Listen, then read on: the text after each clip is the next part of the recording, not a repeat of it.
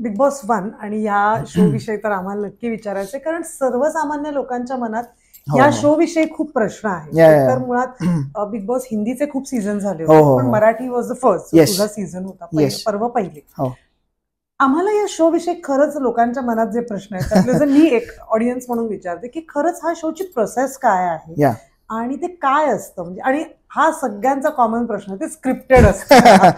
नाही, मी तुझ्या ह्या पॉडकास्टच्या मार्फत सगळ्यांना सांगू इच्छितो की हा शो अजिबातच स्क्रिप्टेड नसतो, अजिबातच नसतो. Yes, the only thing they want is entertainment.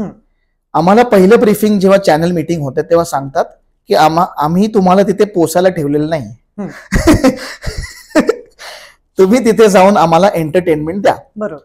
आता तुम्ही ती नाटकी वागून द्या, खोटं वागून द्या किंवा खरे वागून द्या, ते आमचं घेणं देणं नाही, पण तुम्ही एंटरटेनमेंट द्या आम्हाला. सो हा शो स्क्रिप्टेड नाहीये. येस, काही गोष्टी इन्फ्लुएन्स्ड असू शकतात. फॉर एक्झाम्पल, आता आपण दोघं जर घरात आहोत आणि आपलं दोघांचं पटलं नाही घरी, ते बघतच असतात बाहेरून. सो ते टास्कच असा देतील की भार्गवी पुष्कर बद्दल 5 वाईट गोष्टी सांग. सो बेसिकली आगेत थोडंसं तेल टाकणं, पण स्क्रिप्टेड नाहीये. पण टास्क असे काही प्रॉम्प्टेड नसतात, काही नाही. आणि उलट बिग बॉस आमच्या एक स्टेप पुढेच आहेत. फॉर एक्झाम्पल, आता काही टास्क जेव्हा यायचे तेव्हा मेघाला ऑलरेडी टास्क माहिती असायचा, बघितलं. या. सो बिग बॉस ते सुद्धा बदलायचे बिकॉज मेघाला तो टास्क माहिती असायचा. सो बिग बॉस ते बदलायचे. So it's very unpredictable. काही सांगता येत नाही आतमध्ये काय होईल. हा, एवढं नक्की की टेम्परमेंट एकमेकांचे, बिकॉज इट इज खूप स्वाभाविक आहे की तुम्ही 100 दिवस त्या माणसांबरोबर तिथे राहता तर थोडेसे भांडणं होणार, थोडेसे वादावादी होणारच. पण तो जो एक टास्क असतो जेव्हा तुमची फॅमिली भेटायला तेव्हा तुला काय झालं? I know I was in fact me emotional झालो, पण मला एक वेगळ्याच प्रकारची शक्ती आली. बिकॉज भार्गवी, मी खूप इमोशनल आहे, हळवा आहे आणि माझ्या मुलीवर खूप प्रेम आहे. शी इज माय लाईफ. तिला मी 3 महिन्याची होती तेव्हा मी बिग बॉसच्या घरात गेलो. येस, थोडंसं मला वाईट वाटलं की मी तिला का सोडून गेलो, पण 70 दिवस, आता हे पण बघ, आता हे मुद्दाम करायचे, पण ते शोसाठी, त्यांच्या कॉन्टेंटसाठी इट हेल्प देम. 70 दिवस बाकी सगळ्यांना ते सांगायचे की तुमचे फॅमिली ओके आहे, तुमचे आई वडील ठीक आहेत, तुमची बायको मुलगा सगळे ठीक आहेत. मला नाही सांगितलं की तुझी मुलगी कशी आहे. मी बिग बॉसला कन्फेशन रूम मध्ये विचारायचो, हॉलमध्ये स्पीकरवर विचारायचो, कॅमेराला विचारायचो की प्लीज मला सांगा मुलगी कशी आहे, बिकॉज नाही राहू शकत ना आपण एवढ्या लहान मुलीला मी सोडून आलोय. पण ती आल्यानंतर आय थिंक मी मेल्ट झालो आणि मी जसा रिॲक्ट झालो तर सगळ्यांनी पाहिलं. It was a moment wear I felt की नो मी आता तुला नाही सोडणार, तुला इथेच ठेवणार आहे.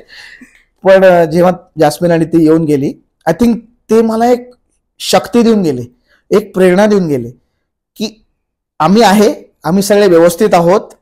We are proud of you as a gentleman, as a husband, as a father, as a son. You are doing like 100% मस्त काम.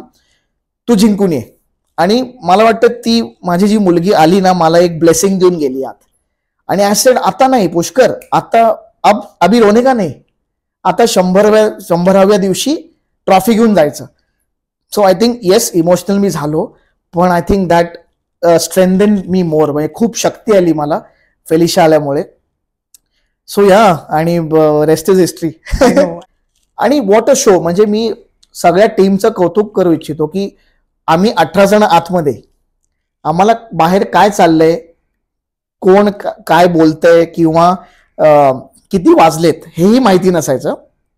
पण आमच्या त्या बिग बॉसच्या घराच्या बाहेर 400 लोक काम करायची 24/7.